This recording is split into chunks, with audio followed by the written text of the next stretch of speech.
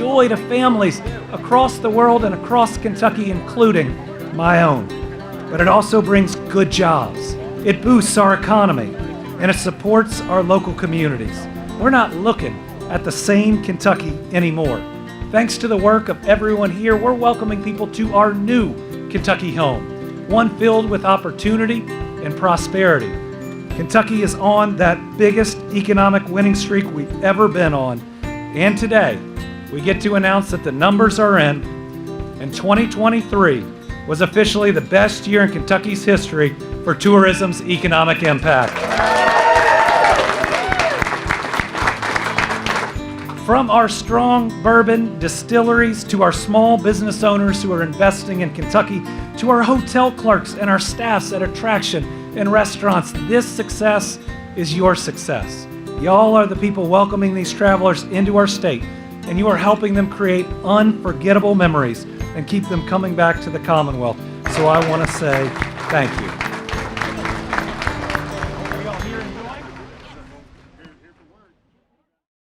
From going to work, driving your children to school or church, or going to see loved ones, Kentuckians deserve to get there and back home safely.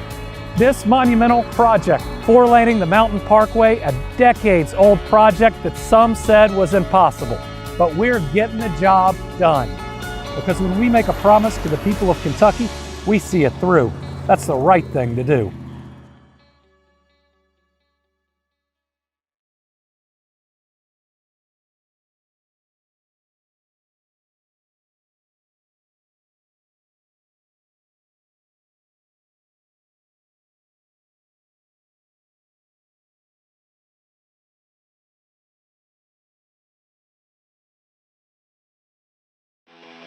What we're doing here is making intra-generational change. Change that will reverberate through the decades. At the end of the day, I think that's why all of us in government do these jobs. We want to look back and say we changed our community. We created more opportunity for every single family that's out there, regardless of their politics, regardless of where they live. We have a chance to do special things, to push out all that noise and to say, how fast can we sprint forward together? How can we think about things differently to provide for our people? How we can bring more prosperity that our families will see for decades to come. So let's keep after it. Let's not rest for a minute and make sure that everybody is a part of the prosperity to come.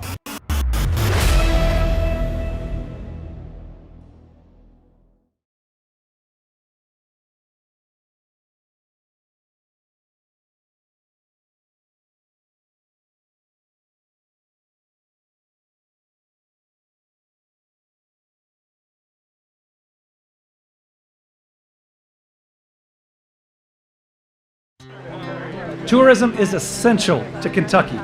It's an industry filled with amazing leaders. It's an industry that brings joy to families across the world and across Kentucky, including my own. But it also brings good jobs. It boosts our economy, and it supports our local communities. We're not looking at the same Kentucky anymore. Thanks to the work of everyone here, we're welcoming people to our new Kentucky home, one filled with opportunity and prosperity. Kentucky is on that biggest economic winning streak we've ever been on, and today we get to announce that the numbers are in, and 2023 was officially the best year in Kentucky's history for tourism's economic impact.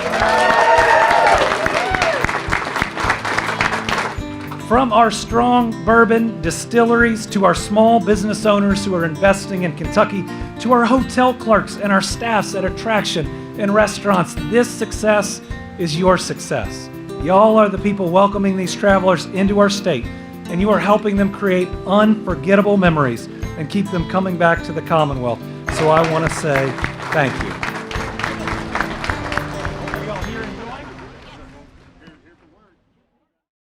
From going to work, driving your children to school or church, or going to see loved ones, Kentuckians deserve to get there and back home safely. This monumental project, four-laning the Mountain Parkway, a decades-old project that some said was impossible, but we're getting the job done. Because when we make a promise to the people of Kentucky, we see it through. That's the right thing to do.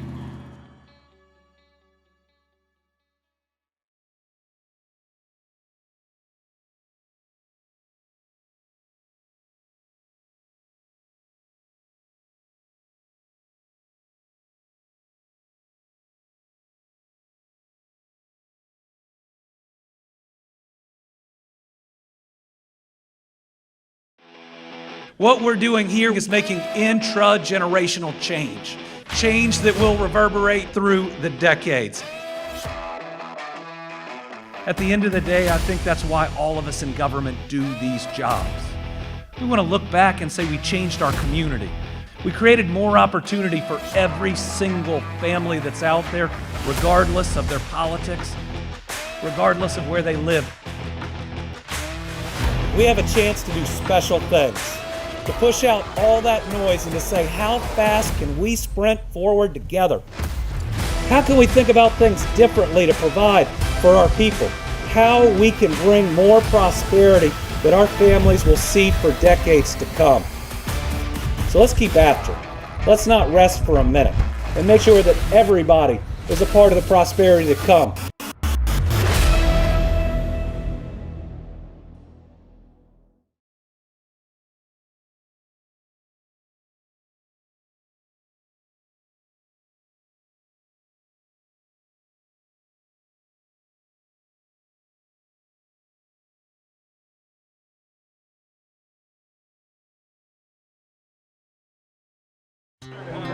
Tourism is essential to Kentucky. It's an industry filled with amazing leaders. It's an industry that brings joy to families across the world and across Kentucky, including my own. But it also brings good jobs. It boosts our economy, and it supports our local communities. We're not looking at the same Kentucky anymore. Thanks to the work of everyone here, we're welcoming people to our new Kentucky home, one filled with opportunity and prosperity. Kentucky is on that biggest economic winning streak we've ever been on. And today, we get to announce that the numbers are in, and 2023 was officially the best year in Kentucky's history for tourism's economic impact. From our strong bourbon distilleries to our small business owners who are investing in Kentucky, to our hotel clerks and our staffs at attraction and restaurants, this success is your success. Y'all are the people welcoming these travelers into our state, and you are helping them create unforgettable memories and keep them coming back to the Commonwealth. So I want to say thank you.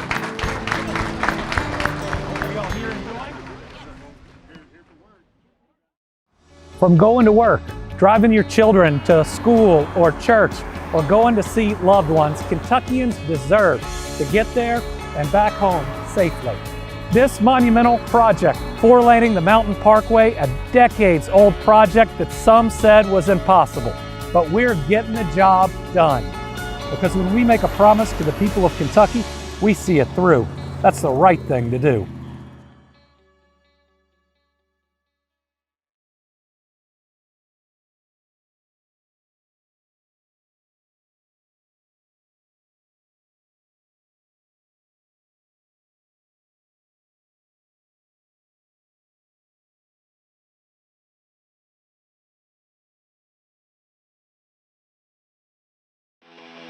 What we're doing here is making intra-generational change. Change that will reverberate through the decades. At the end of the day, I think that's why all of us in government do these jobs. We want to look back and say we changed our community. We created more opportunity for every single family that's out there, regardless of their politics, regardless of where they live. We have a chance to do special things, to push out all that noise and to say, how fast can we sprint forward together? How can we think about things differently to provide for our people? How we can bring more prosperity that our families will see for decades to come. So let's keep after it. Let's not rest for a minute and make sure that everybody is a part of the prosperity to come.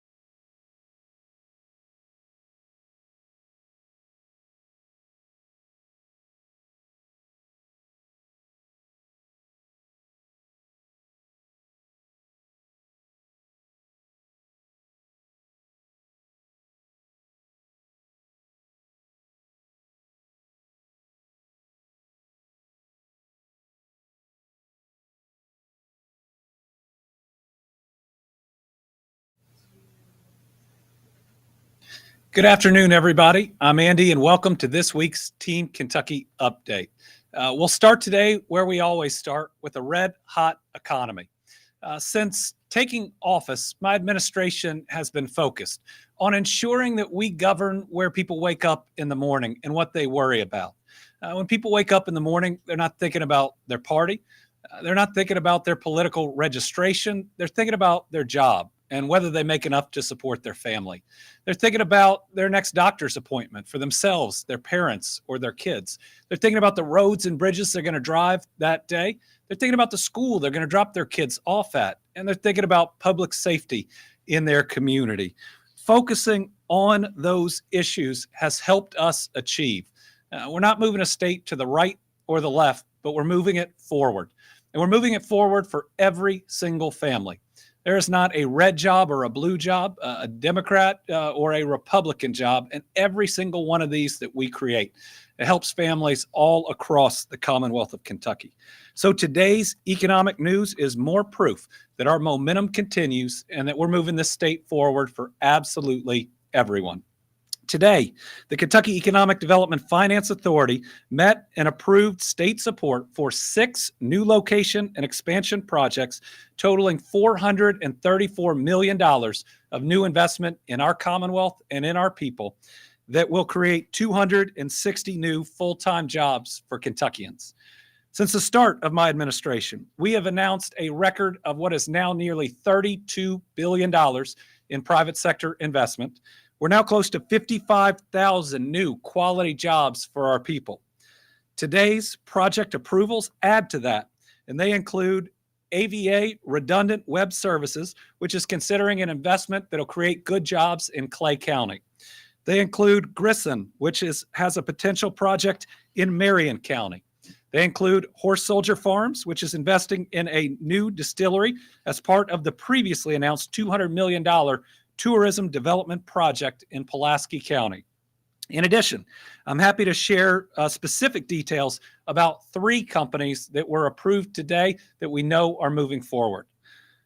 First, and the first one comes out of the recent trip that I just took to Asia, a company we were able to sit down with, and we are now moving forward on an exciting project.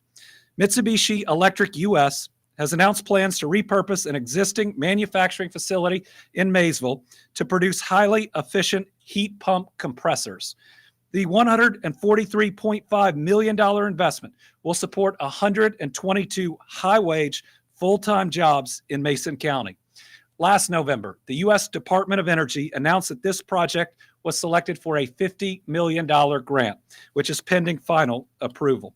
As the second largest employer in Maysville, Mitsubishi Electric has produced automotive components in Kentucky since 1995. This will transition that facility to the new heat pump line.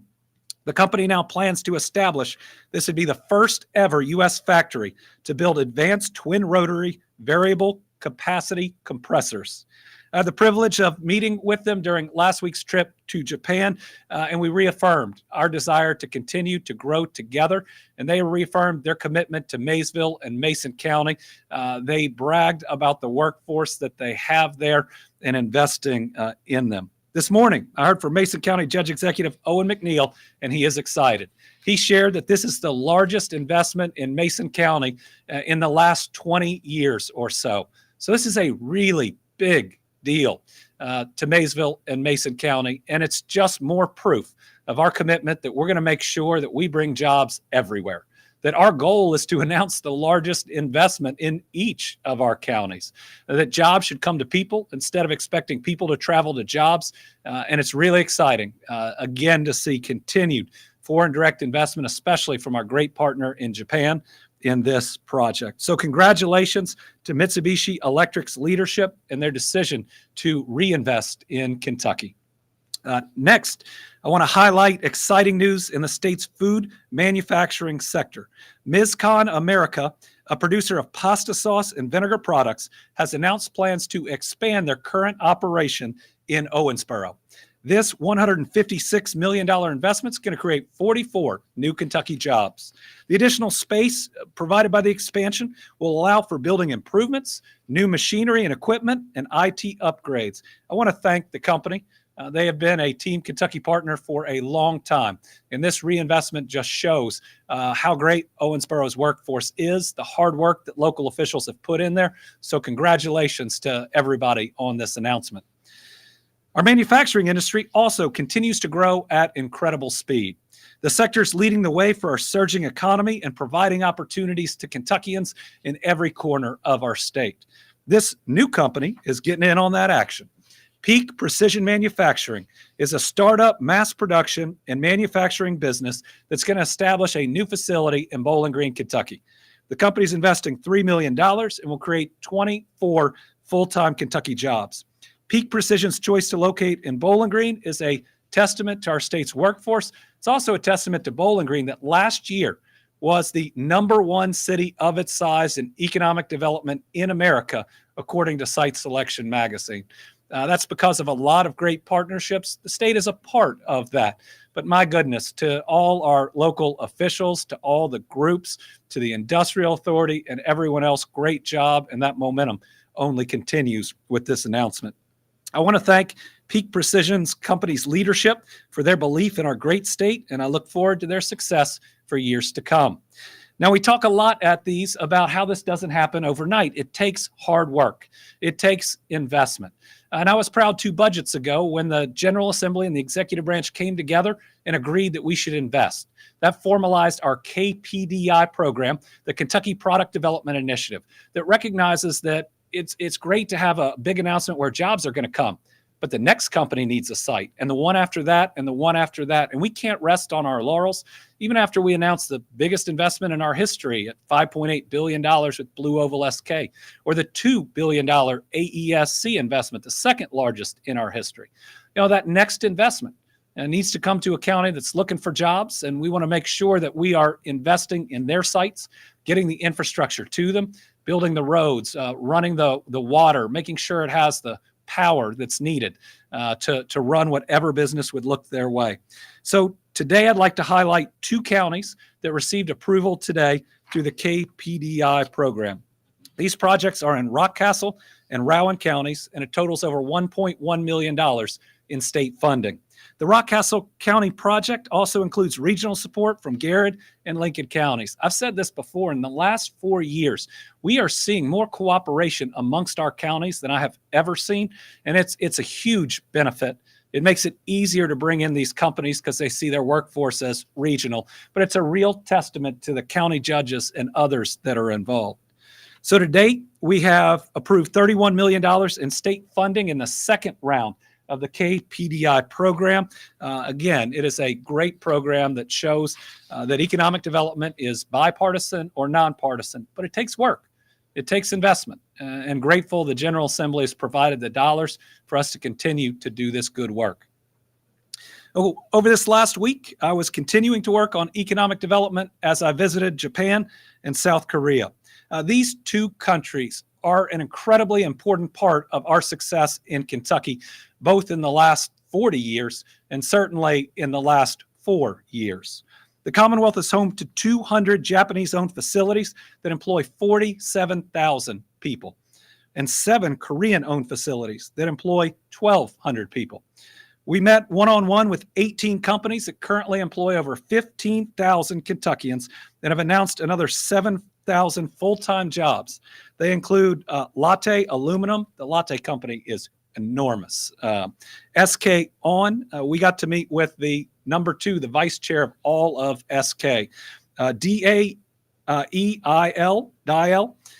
Infac, which is down in Campbellsville, and you might remember announced a doubling of the size of their facility.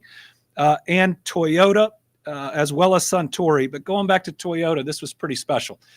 They hadn't told us, and not many of their executives knew, but the chairman, Mr. Toyota, from the family, came to the meeting. It was special to see what Kentucky means to that enormous company, how they view us as an important part of the chapter of their an important chapter in the history of their company. Mr. Toyota got to walk me through how their company started with, I believe it was his great-grandfather, making an invention about a loom so that his mom could go to bed at night and didn't have to sit up with it all night. I mean, what a special way for a company to start with not just innovation, but out of how much you care about your family members. This was an incredibly warm meeting. Toyota told us that they continue to invest in Kentucky, recently a $1.3 billion investment, and that they are going to be a big part of our future. Also, great meeting with Suntory as they continue to invest in their distilleries all around Kentucky. We are grateful to these companies. Since I took office, the companies we met with have announced investments of over $10 billion in Kentucky. And on top of that, had the opportunity to continue to make good connections within the governments of these two countries and the Commonwealth of Kentucky. So I got the opportunity to see again Governor Omura. He is from the Aichi Prefectural Government of Japan. That's kind of one of their states, one of their provinces. And this is their state that has the largest number of companies that have invested in Kentucky. I hosted him here 2 months ago, got to see him again, both in a meeting where we signed a new memorandum of understanding that will help guide further investments between his state and ours, as well as a reception we held where we had a huge number of Japanese companies come, and he participated and helped us with that. I also got to join Secretary Jim Gray to meet with the National Police Agency of the Republic of Korea to sign a driver's license reciprocity agreement. We were either the 25th or the 26th state to enter into that type of agreement with them. It's something very important for their executives and ours because it works both ways. So now as a Kentuckian, you can drive in Seoul. But it's very important for executives both ways to not have the hassles, to make sure that we are as welcoming of a state as possible. I really enjoyed meeting with U.S. Ambassador to Japan, Rahm Emanuel. We had a great conversation about Japan's investments in Kentucky, and he had a lot of great words in our reception about Kentucky, and I appreciated what he said about Kentucky's current leadership. It was very kind of him. All right, moving on to the end of our fiscal year. I want Kentuckians to know we've now closed the books on the 2024 fiscal year. Compared to the fiscal year 2024 budget that was enacted in the 2022 legislative session, the fiscal year 2024 ended with the largest budget surplus ever, about $2 billion, most of which came from the $1.4 billion revenue surplus. So let me just go through those. The revenue surplus is how much revenue came in over expectations. The budget surplus includes a lot more than that. That was overall revenue compared to spending. And so $2 billion or close to that is our overall budget surplus for fiscal year 2024, our biggest and our best ever. That shows two things. One, a red hot economy, and second, strong fiscal management. What this does is set us up to be able to make important investments moving into the future. It helps set the table because some of that was already budgeted for the next budget. Record amounts going into water, sewer, economic development, and a number of other projects that were included in that budget. I want to thank John Hicks as well as our budget office for everything they've done, and congratulations to Kentucky on now 4 straight years with $1 billion plus budget surplus. Every year I've been in office that we've had the full fiscal year, we've now had $1 billion plus budget surplus. We know how to not just run a balanced budget, we know how to run a revenue positive budget that allows us to have more dollars to put into our kids, to our families, and to our infrastructure. Based on the fiscal year 2023 data released by the National Association of State Budget Officers this past spring, Kentucky ranked 6th of the 50 states in the balance of the budget reserve trust fund balance as a percentage of general fund spending. So that shows you how we budget. And we've done this by, at the same time, breaking every export record, every tourism record, and now every fiscal record within the state. So what I see is a sense of optimism across Kentucky. That's not just me. I stand with Republican legislators in their districts, and we all talk about how things are looking up. We may think that they're coming from different places. I believe that there's enough credit to be shared amongst everyone. But the fact that we are optimistic at a time where pessimism seems to hang over our country shows we know how to do this right. And I'm grateful for everyone from every party, red, blue, or otherwise, that have helped make this happen. So congratulations to Kentucky on its biggest budget surplus ever.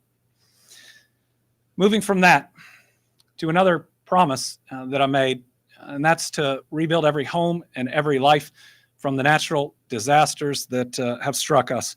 This weekend marks the 2-year anniversary of the historic flooding in eastern Kentucky that took the lives of 45 Kentuckians. Many families lost everything they had, including their homes. I remember standing in Knott County at the site where we lost those kids. Home was gone, and there was just a little plastic swing that was remaining. Knott County judge, who's a friend of mine, who's become a friend of mine, stood there and prayed for that family, and I hope some level of peace has come to them and to everyone else. I think about the family where they still haven't recovered the body of the last victim, and how that must hurt and continue to hurt even 2 years later. And I think about the families, including one at a state park, that came in and were hugging on the cashier, who was their daughter, who told me that their parents had lost absolutely everything, and that the clothes that they were wearing were the only clothes that they had. From the moment those flood hit, though, we saw neighbors helping neighbors. We saw what is truly great about Kentuckians. In our most difficult times, we come together, we help each other, we push everything else aside, and we just be the good human beings that we are. Here in Kentucky, we are going to continue to work to get things done. And while many communities and families are still recovering, this is a multi-year rebuild. Much progress has been made. So Friday, I'm going to be traveling to 4 counties, Floyd, Knott, Perry, and Breathitt, to remember the events and share some good news on housing and our progress on infrastructure. And today I have some updates on the progress of our state recovery. So thus far, FEMA has approved individual assistance applications to 8,775 Eastern Kentucky flood survivors. That totals more than $110.5 million under the Individual and Households Program. We had to fight hard for that money because the rules are way too difficult. But what I'm proud of is Kentuckians did not give up. And because of that, FEMA has changed so many of their policies. It's now benefiting everyone else who's gone through hard times, and it's going to benefit our people from recent storms that we got individual assistance approved on. Public assistance funding, now more than $274.7 million has been awarded. The Hazard Mitigation Grant Program has obligated more than $64.2 million. On June 27th, Kentucky achieved a significant mitigation property acquisition milestone. That's the buyout program. Those are the really long words for the buyout program. With the award to the city of Jackson for more than $766,000 to acquire 6 properties through that buyout program. With this award, FEMA has now provided $84.7 million in grants to acquire property in the flood zone that will move people out of the flood zone and make sure they never go through this again. That's been 500 homes acquired across 5 of the 20 counties impacted. To date, 138 bridges have either been repaired or replaced. And federal disaster recovery funds being provided by HUD through the Community Development Block Grant Disaster Recovery, or CDBG DR program, are now available. In total, $279 million in federal disaster recovery funding was secured for the 2022 Eastern Kentucky flooding. Remember, there was a separate award for 2021 that includes tornadoes, but also in 2021, Jackson and Breathitt County were hit by flooding that year as well, and they qualify for those funds too. In Prestonsburg, we're using $8 million to build 34 homes for 2021 and 2022 flood survivors. In Letcher County, we're using $8.7 million to build 29 homes. The city of Jackson will use $2.3 million to build 8 homes, and that is all out of the CDBG DR funding that is coming out, and we will get more out. And as a reminder, People were really generous to the Team Eastern Kentucky Flood Relief Fund. $13.2 million were donated from over 41,500 donors, and an audit found that every single dollar is finding the right location in this Eastern Kentucky Flood Relief Fund. So far, 25 homes have been completed through the fund. Those homes are located in Breathitt, Floyd, Knott, Perry, Owsley, Martin, and Letcher counties. We'll also on Friday provide an update on our high ground communities. The hardest work in all of these is getting the utilities there, is running the electricity, is getting the water and the sewer. But because that work has been underway and is certainly underway at the moment, we're going to see homes coming up this calendar year. In Knott County, in Perry County, and in so many others of these communities. So Friday, tomorrow, I will be in Eastern Kentucky with a lot more updates on a lot of progress that's occurring. So we can't do an update on the 2022 storms without giving you an update on all the storms that have hit since. So over the Memorial Day weekend earlier this year, a severe weather system swept through Kentucky and tragically took the lives of 6 Kentuckians. Each one of them is a child of God, and we provided for funerals for those that have sought that funding.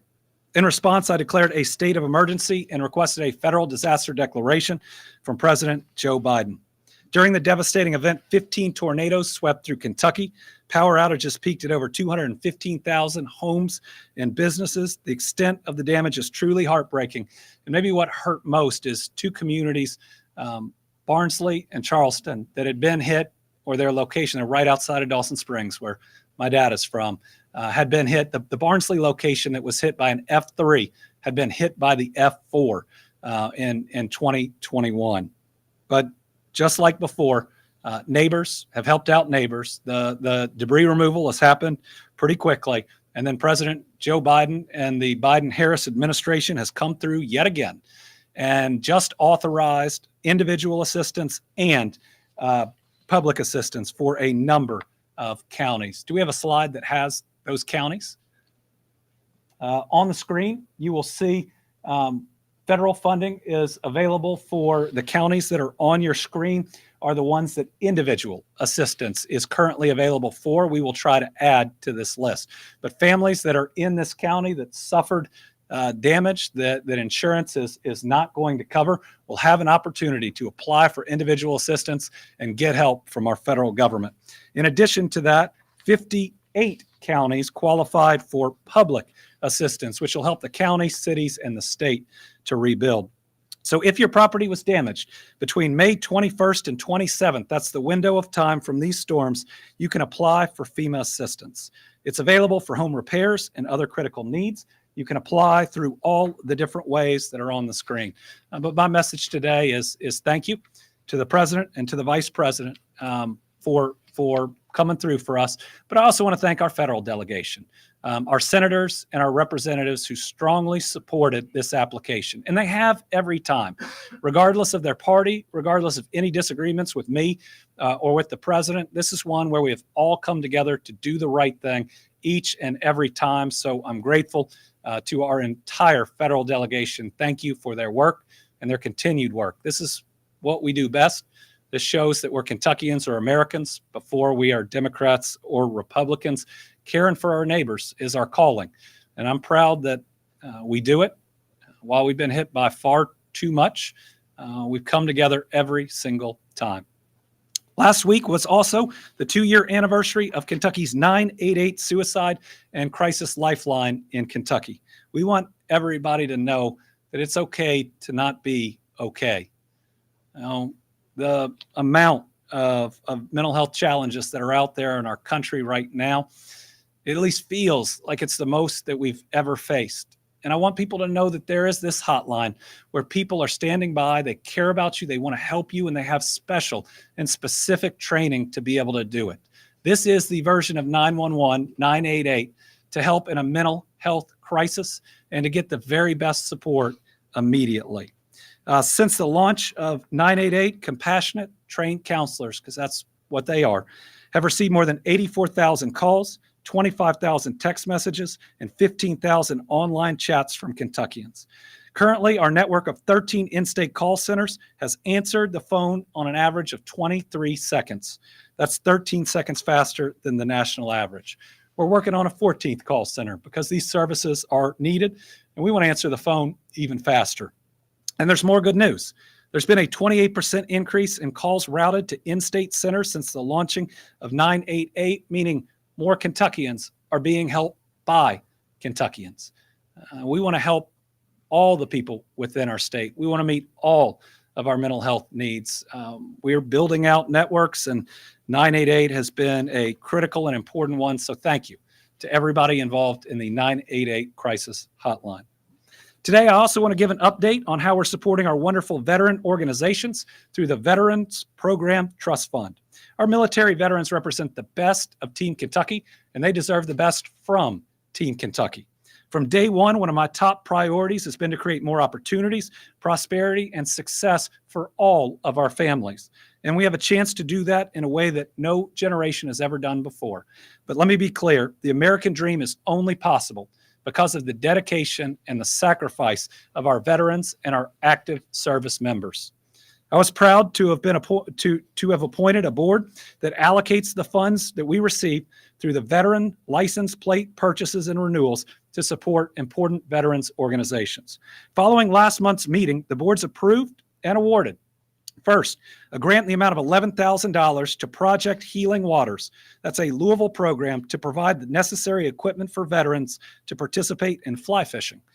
The Kentucky Wounded Heroes was awarded more than $28,000 to provide an opportunity for wounded veterans to travel and experience the outdoors while experiencing fellowship and reconnecting to nature.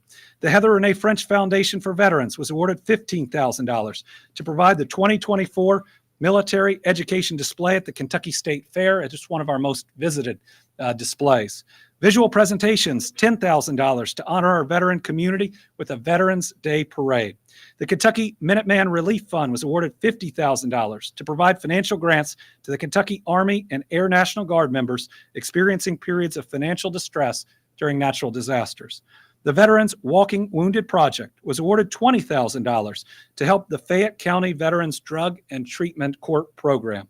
The National Association for Black Veterans was awarded $22,500 to honor veterans and their families through a Veterans Day Parade. The Indigent Burial Internal was awarded $25,000 to provide reimbursement costs incurred for burying an indigent veteran. The total fund grants were more than $181,500. That is the most ever awarded from a single meeting for the Veterans Program Trust Fund. If you're interested in helping, you can support the program by visiting veterans.ky.gov. We will continue to work hard to fulfill our mission to our veterans. Scripture reminds us, carry each other's burdens, and in this way, you will fulfill the law of Christ. As a Kentuckian, as an American, we'll continue to give thanks to the bravery, the selflessness, and the sacrifice of our veterans.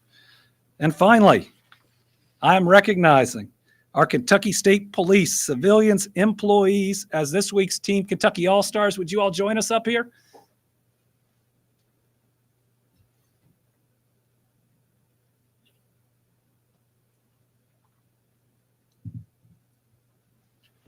Come on up.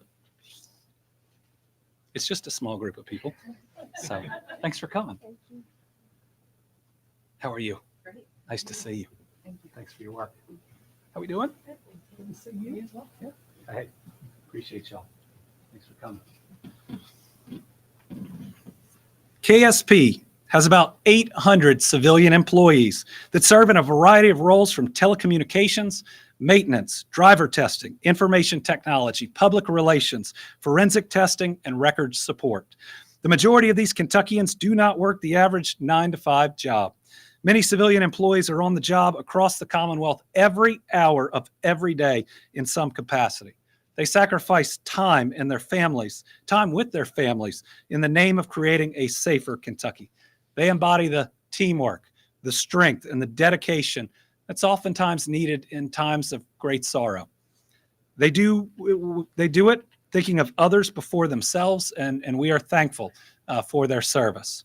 Right this moment, Lieutenant Governor Coleman is attending KSP's annual Civilian Awards Ceremony, where 15 civilians are being presented with awards for their dedication to public safety in the year 2023. The awards include the 2023 Civilian of the Year, Career Achievement, Police Communication Support, and Supervisor of the Year, among others. Their work is the best of the best, and the state police could not operate without them. We couldn't keep the people of Kentucky safe without them. That's why I'm naming them this week's Team Kentucky All-Stars.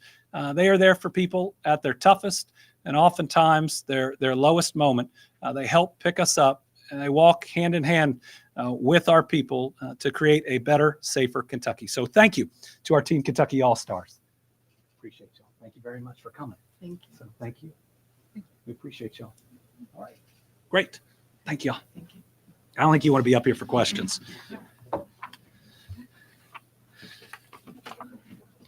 All right. I think we have some questions. We'll open it up for questions. The way we've always done this is I have the confirmed list. We'll go through and allow everybody to ask a question. We have so many people that if your question's already been asked and you don't want to, that is okay.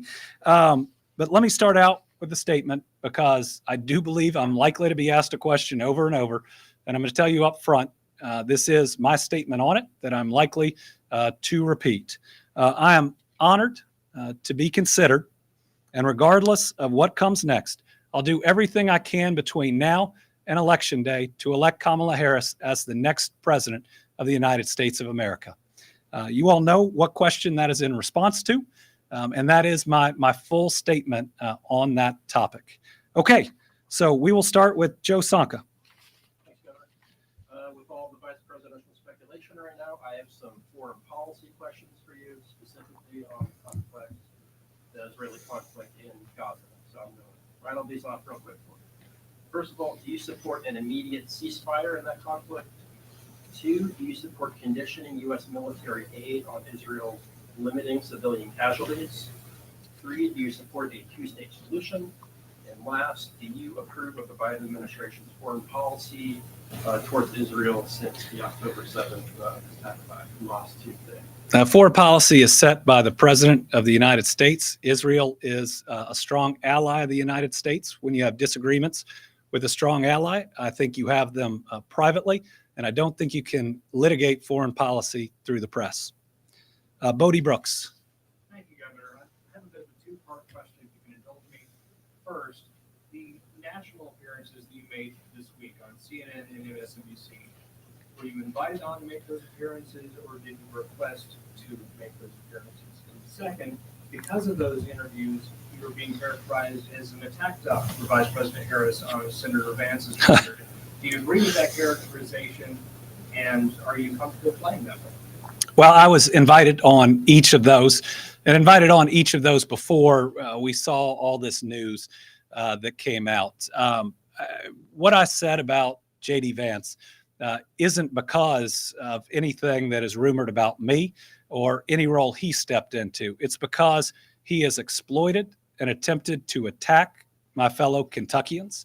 And it's my job as governor to stand up when that happens, to spend some summers or parts of summers or weekends or come into special events and then to claim that you know the people of Eastern Kentucky, the culture of Eastern Kentucky, to make money off of that claim and then to call our people names is just not acceptable.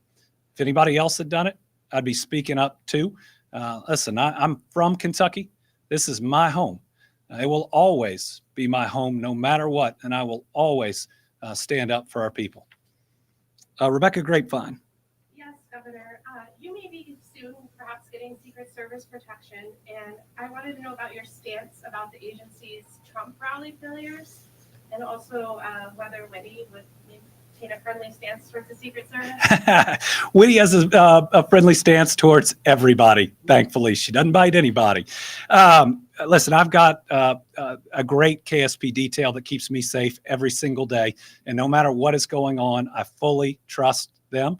and would want them to be involved in anything and everything around me. These are people that have protected my kids the last 4 years. They're very special to us, and I consider them an extended part of my family, and I'm still here, even after all the threats that would come in during COVID and everything else. So I fully trust them with my security. What happened with the shooting at former President Trump is absolutely unacceptable. It is a full failure by the Secret Service. Every American deserves to be safe and feel safe wherever they are, and that includes Donald Trump, and it includes anybody at a political rally.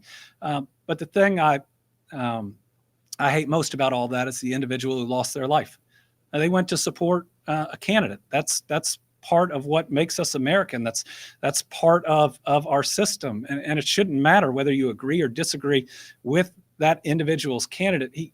No one should ever lose their life when they're showing up to express their First Amendment rights. So the Secret Service better do better, and I think what you saw is bipartisan condemnation that these things just shouldn't happen.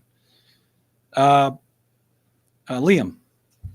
Governor, I wanted to ask about President Joe Biden's recent Oval Office speech explaining why he stopped his re-election campaign.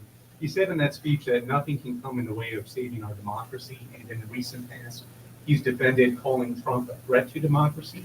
Of course, it's been reported that Trump, following the 2020 election, asked the Georgia Secretary of State to find votes, and also it's been reported that Trump pressured local election officials in Michigan not to sign certification of the election. Do you personally think Trump is a threat to democracy? Yes, I do. Former President Trump refused to accept a full and fair election, took steps to try to overturn it, but also incited a mob that attacked our U.S. Capitol. We deserve better. I can't believe that he is somehow a presidential candidate after all of that. And it just shows why we need, after this election, to get to such a better place. The temperature of our country is too high. Too many people yelling at each other simply because of their party registration. We're supposed to be Americans first before we're Democrats or Republicans, and we seem to have forgotten that. Now, I believe Vice President Harris is the candidate that can help lead us past that. I think she, like me, governs where people live, where they wake up each morning and the things that they're worried about. I talk about those all the time, like jobs. You look at the IRA and how it is helping us to reshore companies and create good jobs in Kentucky and across America. That's a better life for families, whether they're Democrat or Republican, coming into it. She believes in public education. Today, she is in Texas with AFT, just like this morning. I was with JCPS, telling them very clear that public dollars are for public schools, and I will do everything I can to defeat Amendment 2, which aims to defund our Kentucky public education.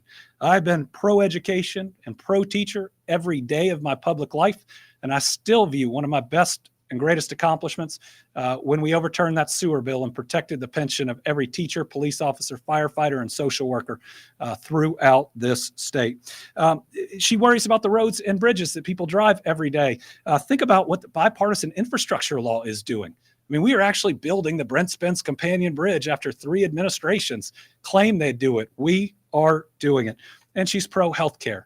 She made the challenge that Kentucky responded to, talking about the truth that maternal mortality in this country is unacceptable, and asked that we expand Medicaid for a full year for both the mom and the new child. We answered the call and did that. But then also think about the BEAD program they pushed through, bringing internet access to every home across Kentucky and across America is going to allow our people to connect and get virtual healthcare at a level that has never been done before, meaning everyone will have access, sometimes out of their own home.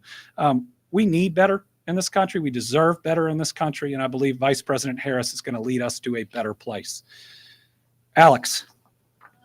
Thanks, Governor. When are you going to meet with Vice President Harris's campaign? I am honored to be considered. And regardless of what comes next, I'll do everything I can between now and Election Day to make sure that the Vice President becomes our next president. Sarah. Do we have Sarah? No. Dave Mattingly. Governor, 7 months ago, we sat in this very room in an interview, and you told me that you had no interest in a national office. I'd like to know what's changed. I love this state and I love this job. My kids are happy. We're making record progress in Kentucky. Again, the only way that I would consider accepting anything else is if I believe that I can help this state and this country more in a different way. Listen, any change, it would admittedly be disruptive on my family. But if we can help the United States of America get to a better place, well, that's better for my kids too. And my life changed with the birth of my two kids. I had a good job in the private sector. We were comfortable, but that day, I looked at them a year and 3 days apart, those two instances, and I just felt like I had to do something more for them to create the world that they deserve. So listen, I love this job.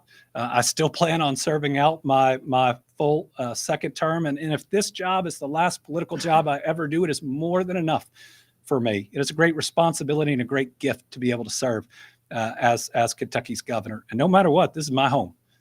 And I'll have a home here. And I'll continue to fight for Kentuckians in any and every way that I can. Mark. Why can't you say whether you're being vetted or not? Well, I can't say I'm honored to be considered. Mason. Governor, unnamed sources have stated you have been asked to send vetting materials to the Harris campaign. Can you confirm this? What I can do is give the same statement that I started out with. That's the statement I'm authorized to give at this point. Carolina. Do you believe that you and the vice president would be compatible? Well, I think what's needed right now is a ticket that not only can win, but again can govern and can govern in a way that's for everyone. I mean, we can't keep going with this everything being red or blue, or Democrat or Republican. Everything right now, from the car you buy to the beer you drink, somebody tries to make partisan and say you have to pick a team. And I see it every day in Kentucky. Our people are exhausted with it. Like, we are desperate for something better. And I think we're desperate to make sure that our next president is somebody that you can sit your kids in front of the TV and they can watch it without worrying about what that person might say. I believe our vice president is, first, she's strong. She's tough as nails. She's an AG like me, and I know an AG when I see one. That's somebody who works hard for all the people of their state, and I know will work hard for people in the country. But I believe that this is the type of leader that can help just get us to that place where, whether you're a Democrat or a Republican, your kids can watch that next address, and you can feel good about what they're going to say, what they're going to see, and what she's going to say. Shauna Mizell, yes. Welcome to Kentucky. Thank you. I'm from Columbus, Ohio. Okay. Curious, have you talked to the vice president since Sunday? And also, even today, you said that you would only consider the proposed if you felt like you could do better. Do you believe that? Where do you stand? Well, I have not talked to the vice president personally since she called me in just a couple hours after President Biden made his announcement. That call meant a lot to me. She personally asked for my support, and I said, of course, and in providing all of that support. I think all of this attention is really about what we're doing in Kentucky. You travel around Kentucky right now, and you see a state where the temperature is turned down, where neighbors aren't yelling at neighbors, where we're achieving in every part of the state, where we've got people from different parties standing side by side, talking about a new investment in clean drinking water, or the expansion of internet, or the newest jobs announcement. I was in Allen County for the Bellmark announcement, 100 plus new jobs, the largest investment in about a decade since Smuckers came there. And it was me and 2 Republican legislators, and we were all excited about what was going on. If we can, whoever makes up this ticket, if we can get to that type of place in the United States of America, I think everyone will take a breath. I think everyone will smile a little bit more, And I think we'll start enjoying the prosperity that I believe has started to come to the United States and is building. Karen. Governor, thank you. You've talked a lot about the upward trajectory of Kentucky's economy. How could you translate that success on a national level? And secondly, what is the level of support from home? Well, You work well, on that last one, I'd refer you to my statement. But certainly, Kentucky is in an exciting place. And part of the reason that we're here is that we recognize that the signing in the Rose Garden, or when I sign bills right over here, that's not the end. It hadn't created one job. Like the signing of the bipartisan infrastructure law, the Inflation Reduction Act, were exciting moments. But you then got to go out and do the work. That's us building the 2 largest battery plants on planet Earth. That's building the cleanest, greenest recycled paper mill in Henderson. That's the AESC project that's going to employ 2,000 Kentuckians in Bowling Green. It's the announcements we made today, one of the largest announcements in Mason County in 10 years. What a governor can bring to the table is knowing how to get it done, knowing how to get the dollars that are allocated by these projects out there. And there is always room for improvement on the speed that you can get those dollars into a community, because every day that we get held up and any type of red tape is a day that those jobs aren't being created, a job that internet is not getting to that house. I know how to execute on legislation. And at the end of the day, what I believe in are jobs, are infrastructure, clean drinking water for people, internet access for everyone. I believe in public safety and public education. I believe healthcare is a basic human right. And no matter what role that I'm in, those will always be my focus. It's on our people and making sure that we spend every moment just providing a better life for them. Legacy is not about an election. Legacy is not about a title you have. Legacy is about the people you help, and that comes from my faith. That's one of the reasons we're put here on earth. Jose. Thank you, Governor. Among immigrant communities, there is a lot of uncertainty, and given that the issue of immigration is so controversial, how would you advocate for the invisible immigrant community that is also contributing a lot to the economic prosperity of the country? Even if immigration reform might be out of the question, what's your stance on the DREAM Act and a pathway to legalizing undocumented population? Well, dreamers, this is the only country they've ever known, and they should be able to continue in this country and ultimately have full citizenship. These are kids. And I believe every child is a child of God, and we ought to prove it when it comes to those individuals. I think a lot of the rhetoric around immigration comes from illegal immigration, and that ends up impacting those seeking asylum and those that are here legally, and our ability to actually pass reasonable immigration reform.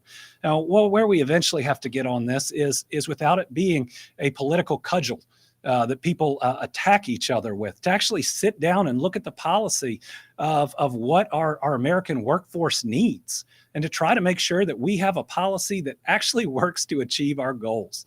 And then in our asylum, we've got to invest to make it work better and make it work faster. Those are having more judges. Those are having more individuals that help move that system along. And to have what was a bipartisan agreement blown up simply for politics, that's the worst of America, not the best of America. So listen, we've got to say clearly that illegal immigration is illegal.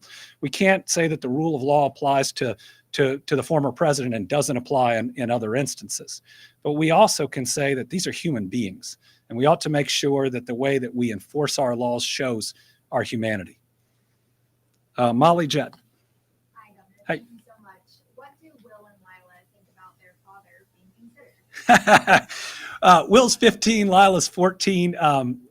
That means the amount I get to talk to them is a little bit different than it was years ago. My family has always been my rock. They have always been incredibly supportive. I wouldn't enter any type of process. I wouldn't read a statement saying it's an honor to be considered. if they weren't behind me with whatever comes. Now, anything that comes, I'm going to sit down and talk with them. They are the most important parts of my life. Would do anything for their happiness, and I'm really, really blessed as a dad. All right, virtual. We've got Morgan Hoover. I'm becoming my dad. He always tears up in talking about his family. Hi, Governor. I'm curious to know if there's any other initiatives or projects in place or in the works to support, but to really sustain the growth that Bowling Green has been experiencing. Yes, and there's even specific money in the budget to help on the infrastructure side in Bowling Green, provided we get certain assurances from some large companies that are there. I think you will see us be able to move on that soon. And when we do, it'll be really exciting news for Bowling Green. Bowling Green and Warren County were also the biggest beneficiaries of a couple of housing announcements that we recently made. Those are affordable housing announcements. One is the largest single housing announcement, though it's a group of announcements that our state has ever seen. Bowling Green is growing like crazy. We're really proud of you, and we want to be a good state partner. All right, and Sydney St. Clair from WTVQ. Hi, Governor. So, there's been some discussion about you maybe entering into a cabinet position. If that were to happen, would there be a special election for governor, even though Lieutenant Governor would be the interim governor? Oh, I haven't heard anything about that. And I don't have any thoughts on that. I love being governor. That would be a hard sell on me. Yes, ma'am. KYT? Yes. Okay. Jessica. Hey, Jessica. So we've seen a lot of lawmakers from particularly swing states make their cases on national television, states that are a lot more electorally in play than Kentucky is. So, you say you want to do everything for Kamala Harris to win. Kentucky is a long shot, to say the least. Why is it important for you specifically to make your presence known on these national platforms for Kentucky? Well, I want to do everything I can to support the vice president, her election for president. And part of that is speaking to the people of the United States of America. Now, we've had an ability here in Kentucky to cross the aisle. It's about talking to people and not talking at them. It's about being focused on the things they care about the most. That's not the issue of the day in DC. Again, that's jobs and public safety, infrastructure, public education, and healthcare. It's about showing up in times of great difficulty and then sharing your why. The nicest thing people say to me isn't I agree with everything that you're doing. No, that's pretty nice to hear. It's that I don't always agree with you, but I know you're doing what you think is right. I talk about my faith because it's important to me. It's part of who I am, but it also helps people to understand my decisions. When I vetoed the nastiest LGBTQ bill, I did it in an election year. I knew they'd use it against me, but I believe every child is a child of God, and I believe that those children needed somebody standing up for them in Frankfurt, that they needed to know that someone in their government really cares about them. I think I'm a person that when you hear him talk to you instead of at you, you recognize that I want to listen to you, and my entire goal in this thing is to better your lives. That opens people up. That allows them to maybe think differently or even potentially vote differently. Okay, I think that is all of our questions. Folks, I've been a person that when sometimes I've gone over the line, I've wanted to make sure that I set the record straight. So I do owe an apology to Diet Mountain Dew. Ale 81 is definitely the soft drink of Kentucky. But I don't believe that government should be making your decisions. So if you enjoy Diet Mountain Dew, you be you. We want to support you. And to Diet Mountain Dew, very sorry. Didn't mean to say negative things about you. Just remember, I am from here, just like everybody else that's speaking out. Thank you all very much.